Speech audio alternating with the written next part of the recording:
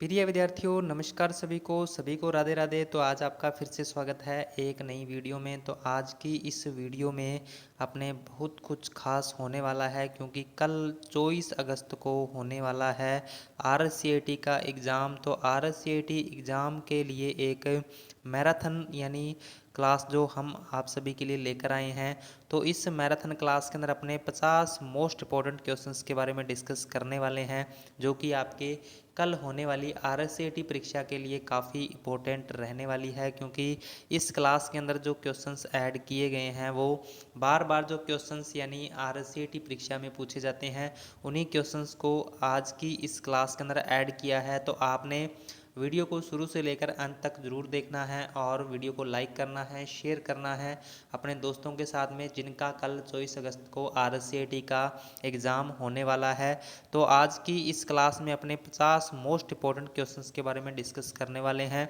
तो अभी अपने आज की इस क्लास को शुरू करते हैं। तो आपको जो भी क्वेश्चन स्क्रीन पर दिखाई देता है उसका आंसर आपने कमेंट करके बताना है, और आपके 50 में से कितने क्वेश्चन सही होते हैं तो ये भी आपने यानी कमेंट करके ज़रूर से बताना है। तो हाँ जी, अभी आपका पहला क्वेश्चन है जो है वो स्क्रीन के ऊपर दिखाई दे रहा है। विंडो 10 में टास्क बार कहाँ पर होता है?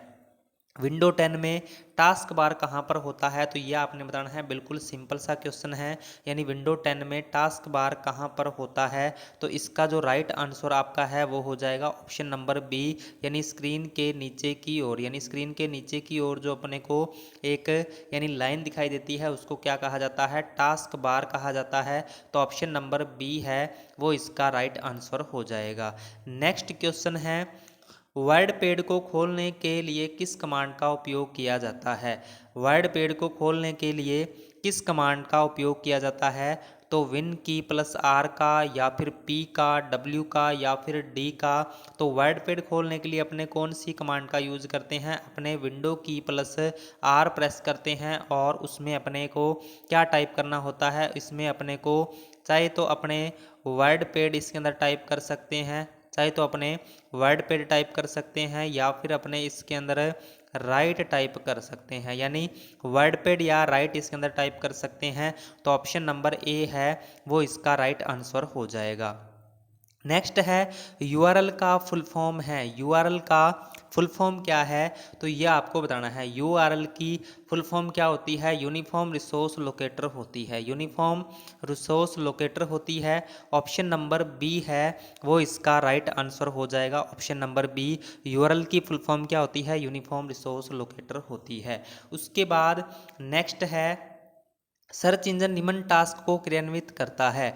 सर्च इंजन जो होता है वो यानी किसको क्रियान्वित करता है? वेब क्रोलिंग को, इंडेक्सिंग को, या फिर सर्चिंग को, या फिर इन सभी को। तो इसका आंसर क्या होगा? जल्दी से जल्दी इसका आंसर है वो कमेंट कर दीजिए, और क्लास को एक बार ज़्यादा से ज़्यादा शेयर कर दीजिए अपने दोस्तों मित्रों के साथ में, यानी इसको शेयर कर दीजिए जिनका कल RCAT का एग्ज़ाम होने वाला है। तो उन तक एक बार ये वीडियो है वो पहुँचा दीजिए। तो हाँ जी, सर्च इंजन निम्न टास्क को क्रियान्वित करता है, यानी किस टास्क को क्रियान्वित करता है? तो इसका राइट आंसर आपका हो जाएगा ऑप्शन नंबर डी, यानी उपरोक्त सभी। उपरोक्त सभी जो है वो इसका राइट आंसर हो जाएगा। नेक्स्ट क्वेश्चन है, यूपीआई का फुल फॉर्म है। यूपीआई का फुल फॉर्म क्या है? तो ये आपको बताना है। यूपीआई की फुल फॉर्म क्या होती है?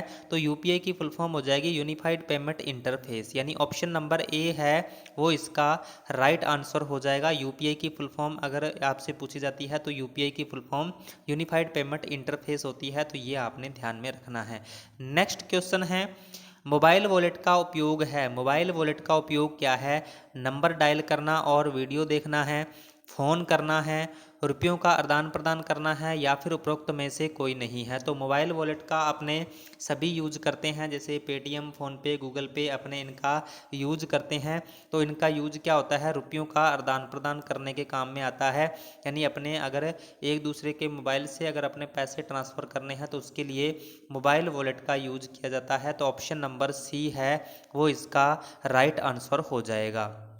नेक्स्ट है, ई कॉमर्स में कंज्यूमर से कंज्यूमर का उदाहरण है। ई कॉमर्स में कंज्यूमर यानी कस्टमर टू कस्टमर का उदाहरण कौन सा है? तो www.ebay.in है, amazon.in है, इंडिया alibaba.com है या फिर उपरोक्त में से कोई नहीं है। तो ई कॉमर्स यानी कस्टमर टू कस्टमर अगर अपने कोई भी सामान खरीदते या बेचते हैं तो वो यानी कौन से ई कॉमर्स वेबसाइट के अंतर्गत आता है, तो ये आपको बताना है। तो इसका राइट आंसर आपका हो जाएगा ebay.in, यानी अपने कस्टमर टू कस्टमर कोई भी चीज़ सेल कर सकते हैं, यानी कोई कस्टमर किसी दूसरे कस्टमर को यानी अपना सामान बेच सकता है और उससे खरीद सकता है। तो ऑप्शन नंबर ए है, यानी ebay.in से यानी ये चीज़ें अपने पॉसिबल है, तो ये इसका राइट आंसर हो जाएगा। नेक्स्ट है मूक, MOOC का फुल फॉर्म है।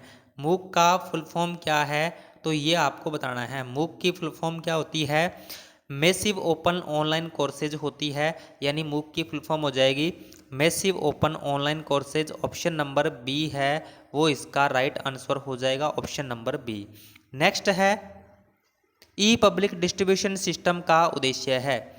ई पब्लिक डिस्ट्रीब्यूशन सिस्टम का उद्देश्य क्या है, तो कम रेट में गरीबों के अनाज उपलब्ध कराना है, गरीबों को घर उपलब्ध कराना है, गरीबों को चिकित्सा सुविधा उपलब्ध कराना है या फिर उपरोक्त सभी है। तो ई पब्लिक डिस्ट्रीब्यूशन सिस्टम का उद्देश्य क्या है, तो इसका राइट आंसर आपका हो जाएगा कम रेट में गरीबों के अनाज उपलब्ध कराना। अगर सिंपल सी भाषा में अगर अपने बात करें तो जो कोटे वाली कणक मिलती है तो वो अपने को किसके तहत मिलती है, वो अपने को ई पब्लिक डिस्ट्रीब्यूशन सिस्टम के माध्यम से मिलती है।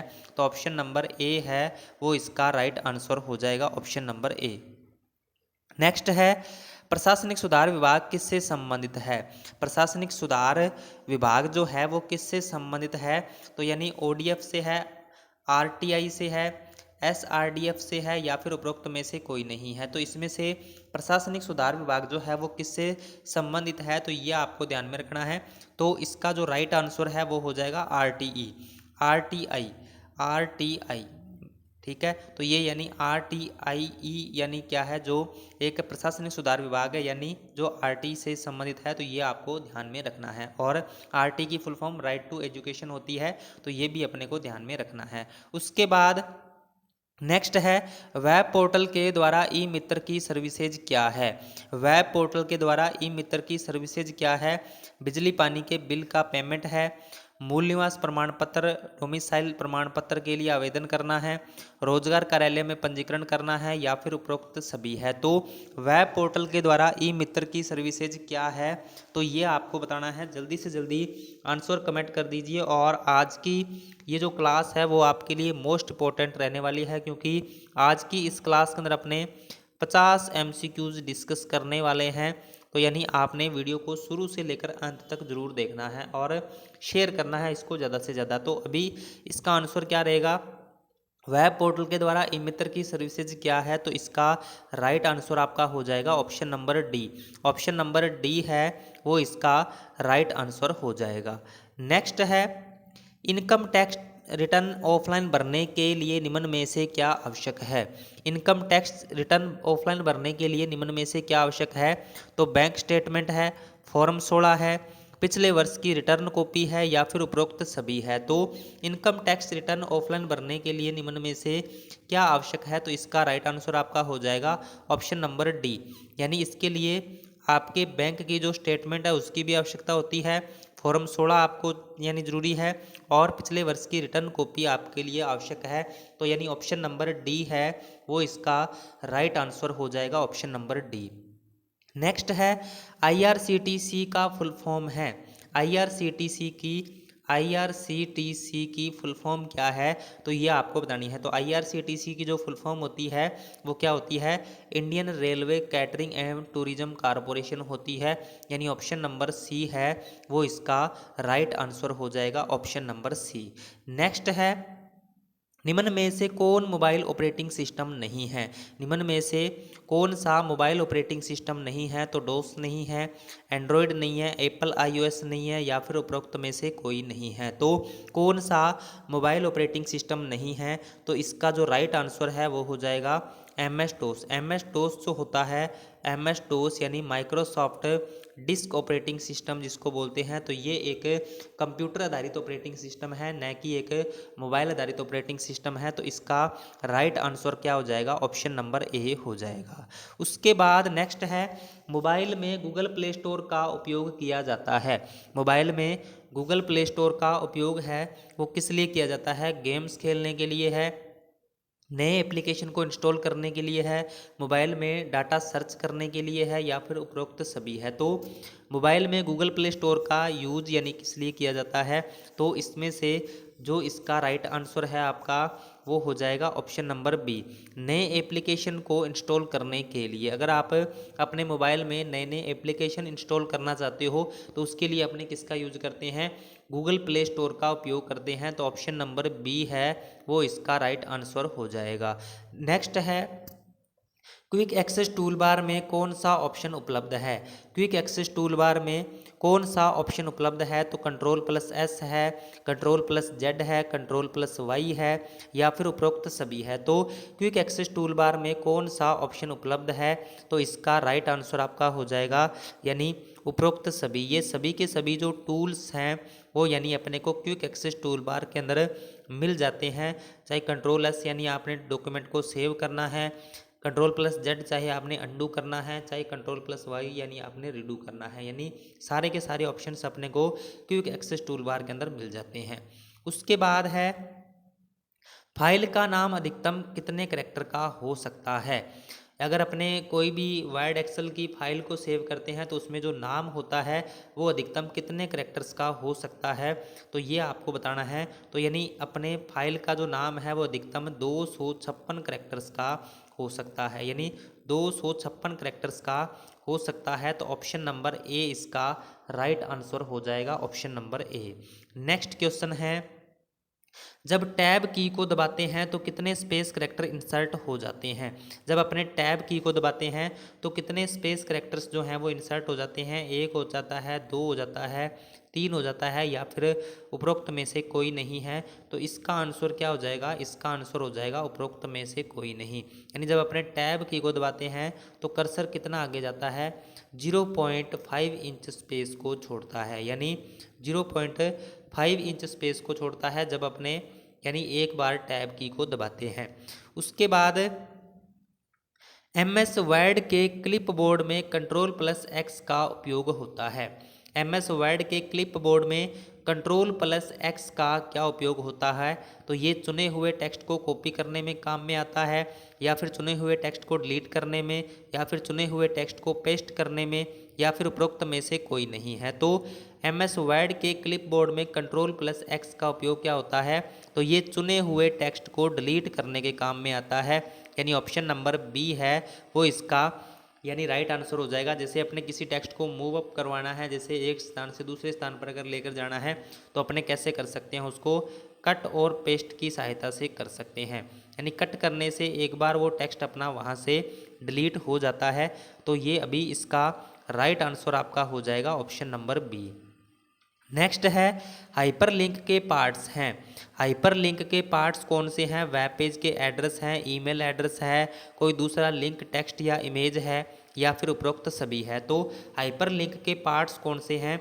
तो इसका जो राइट आंसर आपका है वो हो जाएगा ऑप्शन नंबर डी, यानी ऑप्शन नंबर डी है वो इसका राइट आंसर हो जाएगा। यानी हाइपर लिंक के अंदर आप क्या कुछ ऐड कर सकते हो?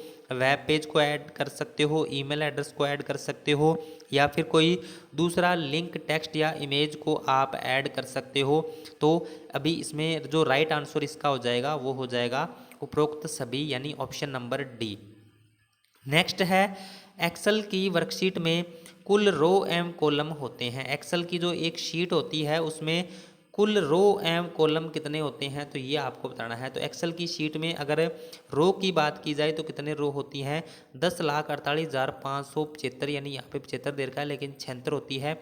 10,48,576 एवं 16,384 कॉलम होते हैं, यानी 10,48,576 रो होती हैं, और कॉलम कितने होते हैं? 16,384 होते हैं। और लास्ट कॉलम की अगर अपने बात की जाए तो लास्ट कॉलम कौन सा होता है? यहाँ पे XFD होता है।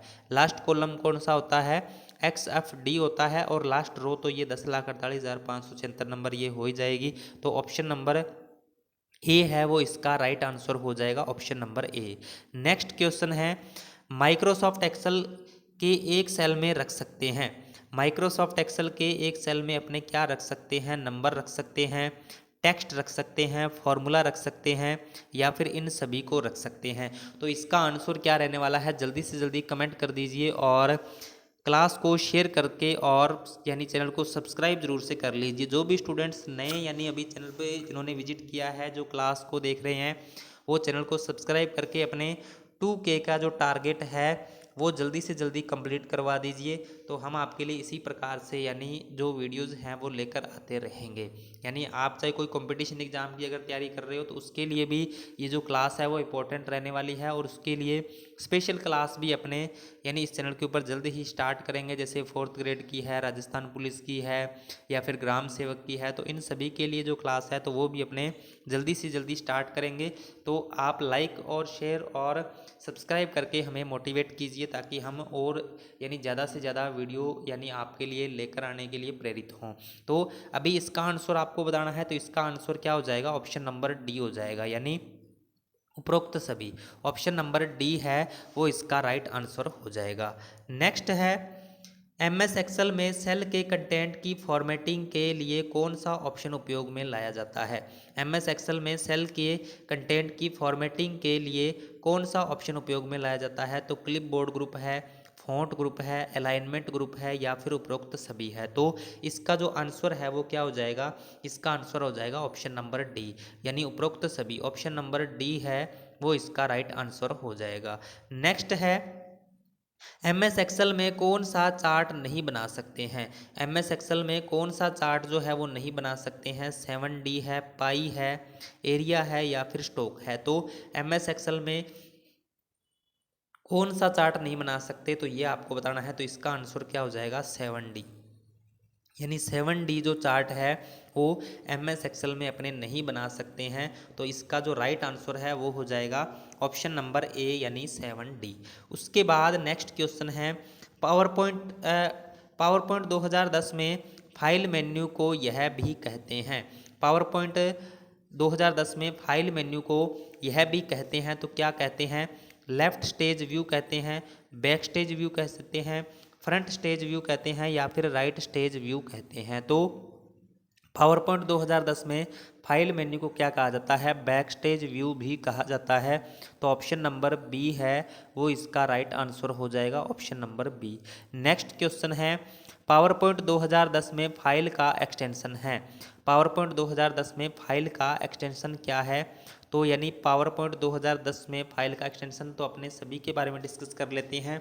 अगर आपसे 2003 या उससे पहले के किसी भी वर्जन का अगर आपसे एक्सटेंशन नेम पूछा जाए तो क्या होगा, .ppt होगा। अगर आपसे यानी 2003 या उससे पहले के किसी भी वर्जन का अगर एक्सटेंशन नेम पूछा जाए तो क्या होता है, .ppt होता है। अगर आपसे 2007 या उसके बाद के किसी भी वर्जन का अगर एक्सटेंशन नेम पूछा जाए तो क्या होता है, .pptx होता है, .pptx होता है। तो यानी अभी इसमें पावर पॉइंट 2010 का पूछा गया है, तो इसका क्या हो जाएगा, ऑप्शन नंबर सी हो जाएगा, .pptx, यानी ऑप्शन नंबर सी है वो इसका राइट आंसर हो जाएगा। और आई होप आपको ये जो यानी एक्सटेंशन नेम है तो वो बहुत अच्छी तरीके से समझ में आ गया होगा। उसके बाद नेक्स्ट है, निम्न में से कौन साइबर थ्रेट का एक प्रकार नहीं है। कौन सा साइबर थ्रेट का एक प्रकार नहीं है, तो ये आपको बताना है, हंटिंग है, फिशिंग है, स्पाई है, या फिर हैकिंग है। तो इसमें से आपको राइट आंसर बताना है कि कौन सा साइबर थ्रेट का एक प्रकार नहीं है। तो इसका जो राइट आंसर है वो हो जाएगा ऑप्शन नंबर ए, यानी हंटिंग। ऑप्शन नंबर ए है वो इसका राइट आंसर हो जाएगा। नेक्स्ट है, IT कानून के अनुसार निम्न में से कौन सी धारा अश्लील सामग्री के प्रकाशन को रोकती है। IT कानून के धारा कौन सी धारा है जो अश्लील सामग्री के प्रकाशन को रोकती है। तो सेक्शन 65 है, 67 है, 66 है, या फिर 43 है। तो इसमें से जो इसका राइट आंसर है वो हो जाएगा ऑप्शन नंबर बी, यानी सेक्शन 67, यानी ऑप्शन नंबर यानी 67 जो धारा है वो यानी आईटी कानून के अनुसार यानी अश्लील सामग्री के प्रकाशन को रोकने में मदद करती है। तो ऑप्शन नंबर बी है वो इसका राइट आंसर हो जाएगा। नेक्स्ट क्वेश्चन है एमएस आउटलुक 2010 में मुख्यतः निम्न होता है। एमएस आउटलुक 2010 में मुख्यतः निम्न क्या होता है? कैलेंडर होता है, टास्क मैनेजर होता है, कॉन्ट्रैक्ट मैनेजर होता है या फिर उपरोक्त सभी होता है। तो यानी इसका राइट आंसर क्या हो जाएगा? ऑप्शन नंबर डी हो जाएगा, उपरोक्त सभी। ऑप्शन नंबर डी है वो इसका राइट आंसर है वो हो जाएगा। तो आज की जो ये क्लास अपनी है वो एक आरसीईटी एग्ज़ाम के लिए महासंग्राम क्लास रहने वाली है, क्योंकि आज की इस क्लास के अंदर अपने 50 क्वेश्चंस यानी जो ऐड किए गए हैं, इसके अलावा ऑप्शंस के अकॉर्डिंग जितने भी क्वेश्चंस बनते हैं तो उनको कुल मिला के अपने लगभग यानी आपके आरसीईटी एग्ज़ाम में अच्छे परसेंटेज बनाने के लिए ये जो क्लास है वो आपके काफ़ी रहने वाली है। तो क्लास को पूरा देखना है और यानी जो भी क्वेश्चंस आपको इसमें करवाए जा रहे हैं उनको आपने ध्यानपूर्वक यानी उनका अवलोकन करना है और पढ़ना है। तो अभी अपने नेक्स्ट क्वेश्चन की ओर बढ़ते हैं। नेक्स्ट क्वेश्चन अपना है, ईमेल को लिखने के लिए किस शॉर्टकट की का उपयोग किया जा सकता है? ईमेल को लिखने के लिए किस शॉर्टकट की का उपयोग किया जा सकता है? तो ईमेल लिखने के लिए अपने कौन सी शॉर्टकट की का प्रयोग करेंगे? तो इसके लिए अपने कौन सी की का यूज करेंगे? Control plus shift plus M का यूज करेंगे। यानी ईमेल लिखने की जो शॉर्टकट की अगर आपसे पूछी जाए तो क्या होती है? Control plus shift plus M होती है। तो ये आपने ध्यान रखना है। नेक्स्ट है, यूएसबी पोर्ट का उपयोग निम्न में से किसको जोड़ने के लिए किया जाता है? यूएसबी पोर्ट का जो उपयोग है वो निम्न में से किसको जोड़ने के लिए किया जाता है? हार्ड डिस्क को जोड़ने के लिए किया जाता है, पेन ड्राइव को जोड़ने के लिए किया जाता है, रैम को, या फिर उपरोक्त में से कोई नहीं है। तो इसका आंसर क्या हो जाएगा? ऑप्शन नंबर बी हो जाएगा, पेन ड्राइव। यानी ऑप्शन नंबर बी है वो इसका राइट आंसर हो जाएगा। नेक्स्ट है, डिवाइस ड्राइवर एक तरह का है। डिवाइस ड्राइवर एक तरह का क्या है? एप्लीकेशन सॉफ्टवेयर है, ऑपरेटिंग सिस्टम है, सिस्टम सॉफ्टवेयर है या फिर उपरोक्त में से कोई नहीं है। तो डिवाइस ड्राइवर क्या होता है? डिवाइस ड्राइवर यानी अपने कंप्यूटर के साथ में कोई भी अदर हार्डवेयर, प्रिंटर, स्कैनर वगैरह कुछ भी जोड़ते हैं तो उसको चलाने के लिए एक सॉफ्टवेयर अपने कंप्यूटर में इंस्टॉल करना पड़ता है, तो वो होता है डिवाइस ड्राइवर। और इसको क्या है यानी सिस्टम सॉफ्टवेयर का ही पार्ट्स माना जाता है। डिवाइस ड्राइवर को सिस्टम सॉफ्टवेयर का पार्ट्स ही माना जाता है। तो यहाँ पे ऑपरेटिंग सिस्टम और सिस्टम सॉफ्टवेयर दोनों ही इसके आंसर जो है वो सही है। यानी अगर आपसे एग्जाम में कोई इस तरीके का क्वेश्चन दे तो यहाँ पे ऑपरेटिंग सिस्टम और सिस्टम सॉफ्टवेयर यानी दोनों ही इसका आंसर सही रहने वाला है। तो यहाँ पे बी एंड सी वाला ऑप्शन जो कि नहीं दिया हुआ है, तो इस वजह से आपको बस सीधा इस तरीके से याद करना है कि डिवाइस ड्राइवर जो होता है वो किसकी तरह होता है? ऑपरेटिंग सिस्टम या फिर सिस्टम सॉफ्टवेयर की तरह होता है। उसके बाद है, कंप्यूटर का प्रकार जिसके द्वारा भूकंप का अध्ययन किया जाता है। कंप्यूटर का प्रकार जिसके द्वारा भूकंप का अध्ययन किया जाता है तो कौन सा है? मेन फ्रेम कंप्यूटर है, मिनी कंप्यूटर है, का माइक्रो कंप्यूटर है या फिर सुपर कंप्यूटर है। तो कंप्यूटर का प्रकार जिसके द्वारा भूकंप का अध्ययन किया जाता है तो किसके द्वारा किया जाता है? सुपर कंप्यूटर के द्वारा किया जाता है। तो ऑप्शन नंबर डी है वो इसका राइट आंसर हो जाएगा, सुपर कंप्यूटर। उसके बाद है, जॉयस्टिक एक प्रकार का है। जॉयस्टिक क्या है? जॉयस्टिक यानी सबसे पहले तो इसका काम क्या होता है? जॉयस्टिक का काम होता है गेम खेलने के लिए, यानी इसका यूज क्या होता है? गेम खेलने के लिए इसका यूज किया जाता है। तो यहाँ पे जॉयस्टिक अगर डिवाइस पूछी जाए तो कौन सी डिवाइस होती है? इनपुट डिवाइस होती है और पॉइंटिंग डिवाइस भी होती है। यानी इनपुट और पॉइंटिंग डिवाइस होती है। ऑप्शन नंबर ए इसका राइट आंसर हो जाएगा, ऑप्शन नंबर ए। नेक्स्ट है, फ्लैश मेमोरी है। फ्लैश मेमोरी क्या है? तो एक सॉफ्टवेयर है, ऑपरेटिंग सिस्टम है, रैम है या फिर पोर्टेबल स्टोरेज डिवाइस है। तो फ्लैश मेमोरी क्या है? तो ये आपको बताना है। तो इसका आंसर आपका क्या रहेगा? पोर्टेबल स्टोरेज डिवाइस है। फ्लैश मेमोरी क्या होती है? एक पोर्टेबल स्टोरेज डिवाइस होती है। यानी ऑप्शन नंबर डी है वो इसका राइट आंसर हो जाएगा। नेक्स्ट है, सेविंग एक प्रक्रिया है। सेविंग एक प्रक्रिया है यानी किस तरीके की प्रक्रिया है? तो मेमोरी से स्टोरेज माध्यम से दस्तावेज को कॉपी करने की है या फिर दस्तावेज की वर्तमान स्थिति को प्रिंट करने की है, संपूर्ण रूप बदलने की है या फिर ये सभी है। तो इसमें से आपको राइट आंसर बताना है। तो यानी सेविंग यानी एक प्रक्रिया यानी कंट्रोल प्लस एस जो अपने करते हैं वो किस प्रकार की एक प्रक्रिया है? तो ये एक मेमोरी से स्टोरेज माध्यम में दस्तावेज को कॉपी करने की एक प्रक्रिया है। यानी अपने जो भी डेटा प्राइमरी मेमोरी में अपने चल रहा है उसको अगर अपने कंप्यूटर की मेन मेमोरी में अपने यानी कॉपी करते हैं या उसको सुरक्षित करते हैं तो वो प्रक्रिया क्या कहलाती है, सेविंग कहलाती है। तो यानी ऑप्शन नंबर ए इसका राइट आंसर होगा। उसके बाद है सीपीयू और मेमोरी स्थित है। सीपीयू और मेमोरी यानी स्थित है तो यानी कहाँ पर स्थित होती है सीपीयू और मेमोरी? जल्दी से जल्दी आंसर कमेंट कर दीजिए और क्लास आपको कैसी लग रही है तो इसका फीडबैक है वो कमेंट करके ज़रूर से बता दीजिए। तो सीपीयू और मेमोरी जो है वो कहाँ पर स्थित होती है तो ये मदरबोर्ड पर स्थित होती है। ये मदरबोर्ड पर स्थित होती है यानी ऑप्शन नंबर बी है वो इसका राइट आंसर हो जाएगा, ऑप्शन नंबर बी। नेक्स्ट है एफ का पूरा नाम है। एफ का पूरा नाम क्या है तो ये आपको बताना है। एफ का पूरा नाम क्या होता है यानी फाइल ट्रांसफ़र प्रोटोकॉल होता है, ऑप्शन नंबर ए है वो इसका राइट आंसर हो जाएगा। एफ का पूरा नाम क्या होता है, फाइल ट्रांसफ़र प्रोटोकॉल होता है। नेक्स्ट है आप कुशल स्लाइड शो प्रेजेंटेशन बनाने में कौन सा एप्लीकेशन सॉफ्टवेयर सक्षम बनाता है? आपको कुशल स्लाइड शो प्रेजेंटेशन बनाने में कौन सा एप्लीकेशन सॉफ्टवेयर जो है वो सक्षम बनाता है तो एम एस एक्सेल है, एम एस आउटलुक है, एम एस पावर पॉइंट है, एम एस पेंट है। तो कुशल स्लाइड शो प्रेजेंटेशन बनाने के लिए आपको पावर पॉइंट की आवश्यकता होती है। ये यानी स्लाइड शो जो भी बनाते हो आप पावर पॉइंट में क्रिएट कर सकते हो। तो ऑप्शन नंबर सी इसका राइट आंसर हो जाएगा। नेक्स्ट है कंप्यूटर का प्राथमिक उद्देश्य को प्रोसेस करना और इसे सूचना में बदलना है।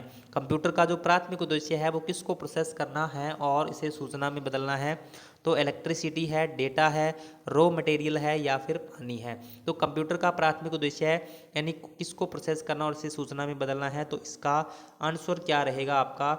इसका जो राइट आंसर है वो हो जाएगा आपका ऑप्शन नंबर बी यानी डेटा को सूचना में बदलने का काम करता है। तो ऑप्शन नंबर बी है वो इसका राइट आंसर हो जाएगा। नेक्स्ट है आप कंप्यूटर से सोशल मीडिया का उपयोग निम्नलिखित के उपयोग से कर सकते हैं। आप कंप्यूटर से सोशल मीडिया का जो उपयोग है वो किसके यानी माध्यम से कर सकते हैं तो ये आपको बताना है। तो यानी आप फेसबुक है, इंस्टाग्राम है, ट्विटर आदि जो है यानी उसके माध्यम से कर सकते हैं। तो ऑप्शन नंबर सी है वो इसका राइट आंसर हो जाएगा, ऑप्शन नंबर सी। नेक्स्ट है जंक ईमेल को कहा जाता है। जंक ईमेल को क्या कहा जाता है? स्पैम कहा जाता है, स्पूफ कहा जाता है, स्नैफर स्क्रिप्ट कहा जाता है या फिर स्पुल कहा जाता है। तो जंक ईमेल को यानी किस नाम से जाना जाता है तो जंक ईमेल को कहा जाता है स्पैम। यानी स्पैम क्या होते हैं? कई बार अपने यानी ईमेल आईडी पे अनचाहे संदेश जो है वो आते रहते हैं, कुछ एडवर्टाइजमेंट्स जो है वो यानी किसी कंपनी के थ्रू तो यानी वो आती रहती हैं। तो वो यानी जो मैसेज होते हैं जो अपने नए चाहते हुए भी अपनी ईमेल आईडी पे आते हैं तो उनको क्या कहा जाता है? उनको स्पैम कहा जाता है। तो ऑप्शन नंबर ए है वो इसका राइट आंसर हो जाएगा, ऑप्शन नंबर ए। नेक्स्ट है यूएसबी का पूरा रूप क्या है? तो यूएसबी की फुल फॉर्म क्या होती है? यूएसबी की फुल फॉर्म और यूएसबी जो केबल एक प्रकार की होती है इसका काम क्या होता है तो उसका काम होता है अपने पीसी और मोबाइल, अपने पीसी और मोबाइल के बीच में डेटा को ट्रांसफ़र करने के काम में आता है यूएसबी। तो यानी इसकी फुल फॉर्म क्या हो जाएगी? यूनिवर्सल सीरियल बस हो जाएगी। ऑप्शन नंबर ए है वो इसका राइट आंसर हो जाएगा, ऑप्शन नंबर ए। नेक्स्ट है टीबी, केबी, जीबी, एमबी मेमोरी की इकाइयों को आरोही क्रम में यानी व्यवस्थित करना है। यानी आपको आरोही क्रम में ये जो कुछ मेमोरी की यूनिट्स दी हुई हैं इनको आपने आरोही क्रम में कैसे होता है? छोटे से बड़े की ओर होता है। इसमें छोटे से बड़े की ओर होता है तो यानी इसमें आपको व्यवस्थित करना है छोटे से बड़े की ओर। तो यानी इसका जो राइट आंसर है आपका वो हो जाएगा ऑप्शन नंबर सी, आरोही क्रम में व्यवस्थित कीजिए। तो आरोही क्रम में छोटे से बड़े की ओर होगा तो यहाँ पे यानी क्या हो जाएगा? M B G B sorry पहले के बी आएगा यहाँ पर लेकिन के बी यहाँ पे दिया हुआ नहीं है, T B G B M B या तो यहाँ पे मिस प्रिंट हुआ है। अवरोही क्रम का यानी इसमें पूछा गया होगा, अवरोही क्रम का पूछा गया है तो कैसे आ जाएगा? T B G B M B और के बी आ जाएगा। और अवरोही क्रम में कैसे आएगा? सबसे पहले के बी आएगा, फिर MB आएगा, फिर GB आएगा, फिर TB आएगा। तो यानी इस तरीके से इसका जो क्रम है वो चलता है। यानी सबसे बड़ी जो इसमें यूनिट दी हुई है वो TB है और सबसे छोटी जो यूनिट दी हुई है वो KB है। तो यहाँ पे सबसे पहले आरोही क्रम में अगर पूछे तो KB, MB, GB, TB आ जाएगा, और अवरोही क्रम में अगर पूछे तो TB, GB, MB और KB आ जाएगा। उसके बाद है कॉम्पैक्ट डिस्क रिकॉर्डेबल CDR एक खालिस्तान है। कॉम्पैक्ट डिस्क रिकॉर्डेबल जो CDR है वो एक क्या है? रीड ओनली डिस्क है, राइट इरेज रीराइट डिस्क है, सेमीकंडक्टर डिस्क है, या फिर write once read many disc है। तो कॉम्पैक्ट डिस्क रिकॉर्डेबल जो CDR एक है वो क्या है? तो ये write once read many disc है, यानी ऑप्शन नंबर D है वो इसका राइट आंसर हो जाएगा। ऑप्शन नंबर D यानी राइट वंस रीड मैनी एक डिस्क है। तो इसका जो राइट आंसर है वो हो जाएगा option number D। Next question है, एनिमेशन जैसे प्रभाव है जो तब होते हैं जब आप MS पावरपॉइंट 2010 में एक स्लाइड शो के दौरान एक स्लाइड से दूसरी स्लाइड पर जाते हैं। यानी MS पावरपॉइंट 2010 के जो स्लाइड शो में यानी एक एनिमेशन जैसा ही प्रभाव है जो कि एक स्लाइड से दूसरी स्लाइड पर जाने पर यानी अप्लाई होता है। तो वो कौन सा है? तो ये आपको बताना है। जल्दी से जल्दी आंसर कमेंट कर दीजिए और लाइक और शेयर जरूर से कर दीजिए वीडियो को। तो हाँ जी, इसका आंसर आपने बताना है। इसका आंसर क्या हो जाएगा? स्लाइड ट्रांजिशन हो जाएगा। ऑप्शन नंबर C है वो इसका राइट आंसर हो जाएगा। एनिमेशन जैसे प्रभाव जो तब होते हैं जब आप MS पावरपॉइंट 2010 में एक स्लाइड शो के दौरान एक स्लाइड से दूसरी स्लाइड पर जाने पर यानी होते हैं, तो स्लाइड ट्रांजिशन इसको कहा जाता है। ऑप्शन नंबर C इसका राइट आंसर हो जाएगा। नेक्स्ट है MS एक्सेल 2010 में सेल एड्रेस का सही उदाहरण क्या है? MS एक्सेल 2010 में सेल एड्रेस का सही उदाहरण क्या है? तो ये आपको बताना है। सेल का जो एड्रेस होता है ना उसमें सबसे पहले अल्फ़ाबेट्स दिए होते हैं, उसके बाद न्यूमेरिक दिया होता है। जैसे मान लो एक उदाहरण है A1, यानी इसमें सबसे पहले क्या आ रहा है? एक अल्फ़ाबेट्स आ रहा है, उसके बाद एक न्यूमेरिक अंक आ रहा है। तो यानी इस प्रकार से आपको देखना है। तो यहाँ पे सबसे पहले अल्फ़ाबेट्स किस में आ रहा है? इसमें आ रहा है, यानी AZ 145। इसमें AZ का मतलब क्या है कि ये क्या है? एक कॉलम है, और 145 इसमें क्या है? रो है। तो ये एक सेल का एड्रेस है जो कि सही है। तो इसका आंसर क्या हो जाएगा? ऑप्शन नंबर B हो जाएगा, AZ 145। उसके बाद है URL का एक मान्य उदाहरण है। इसमें से URL कौन सा है ये आपको बताना है। तो इसमें से URL की जो फुल फॉर्म है वो हो जाएगी, यानी URL जो है वो कौन सा हो जाएगा? www.vmou.ac.in, यानी जो है वो एक प्रकार का URL है। और URL की यानी full form uniform resource locator हो जाएगी। तो ये भी आपने ध्यान में रखना है, क्योंकि URL की जो फुल फॉर्म है वो भी काफ़ी बार RCET एग्जाम में पूछी जाती है। तो अभी इसका आंसर क्या हो जाएगा? ऑप्शन नंबर C हो जाएगा। नेक्स्ट है, निम्न में से कौन सा एप्लीकेशन सॉफ्टवेयर नहीं है? निम्न में से कौन सा एप्लीकेशन सॉफ्टवेयर नहीं है? विंडो XP नहीं है, VLC मीडिया प्लेयर है, एडोब रीडर है, फोटोशॉप है। तो इसमें से जो इसका राइट आंसर है वो आपको बताना है। तो इसका राइट आंसर क्या हो जाएगा? ऑप्शन नंबर A हो जाएगा, विंडो XP। विंडो XP जो है वो इसका राइट आंसर हो जाएगा। यानी ये किसी भी प्रकार का एप्लीकेशन सॉफ्टवेयर नहीं होता है, ये क्या है? एक प्रकार का ऑपरेटिंग सिस्टम होता है। तो ये आपने ध्यान रखना है। नेक्स्ट है, ईमेल क्लाइंट में इनबॉक्स। ईमेल क्लाइंट में इनबॉक्स क्या है? तो यहाँ पे आपको ईमेल क्लाइंट में इनबॉक्स क्या है तो ये आपको बताना है। तो एक स्थान जहाँ भेजे गए ईमेल को रखा जाता है, या फिर स्थान जहाँ अवांछित ईमेल को रखा जाता है, या फिर वह स्थान जहाँ हटाया गया ईमेल को रखा जाता है, या फिर इनमें से कोई नहीं है। तो ईमेल क्लाइंट में इनबॉक्स क्या होता है? तो जो मैसेज अपने को प्राप्त होता है वो कहाँ पे रखा जाता है? इनबॉक्स में रखा जाता है। तो ये ऑप्शन इसमें नहीं दिया हुआ है। तो इसका आंसर क्या हो जाएगा? इनमें से कोई नहीं हो जाएगा। यानी इनबॉक्स में जो ईमेल अपने को प्राप्त होते हैं वो रखे जाते हैं इनबॉक्स के अंदर। तो ये आपने ध्यान रखना है। तो ये थे आज की इस क्लास के अपने 50 मोस्ट इंपॉर्टेंट क्वेश्चंस। तो क्लास आपको कैसी लगी ये एक बार कमेंट करके आपने ज़रूर से बताना है, क्योंकि आप सभी के लिए इतनी मेहनत की है तो आपका इतना शक बनता है कि आप इस क्लास का जो फीडबैक है वो कमेंट करके ज़रूर से बताएं कि आपको ये क्लास कैसी लगी, कितने क्वेश्चंस आपको इसमें से यानी आते थे, कौन से क्वेश्चंस आपके लिए नए थे। तो ये सारी चीज़ें आप मुझे कमेंट करके बता सकते हो। और इसी प्रकार की एक क्लास और अपने इस चैनल के ऊपर लेकर आएंगे जो कि उसमें भी आपको 50 मोस्ट इंपॉर्टेंट क्वेश्चंस मिलने वाले हैं, तो वो क्लास भी आपके लिए मोस्ट इंपॉर्टेंट रहने वाली है। और अगर आपने ये क्लासें देख ली है तो आप एक बार पिछली क्लासें जो अपने अपलोड की थी उनका रिवीजन आप कर सकते हो, यानी उनको भी एक बार आप देख सकते हो, तो कि आपके बढ़िया से बढ़िया जो परसेंटेज हैं वो इस एग्ज़ाम में बने। मैं आप सभी के लिए यही दुआ करता हूँ। तो इसका फीडबैक आपने बताना है कि क्लास आपको कैसी लगी है, और इसी प्रकार अपने रेगुलर आपके लिए इस चैनल के ऊपर जो क्लासें हैं वो लेकर आते रहेंगे। तो वीडियो को लाइक करना है, शेयर करना है, और चैनल पर नए हो तो चैनल को सब्सक्राइब करके अपने जो 2K जो सब्सक्राइबर्स हैं वो जल्दी से जल्दी कंप्लीट करवा दीजिए। तो अभी अपने क्लास से विदा लेते हैं, अपने मिलते हैं नेक्स्ट वीडियो में कुछ नए इंपॉर्टेंट क्वेश्चंस के साथ। तब तक के लिए जय हिंद, जय भारत।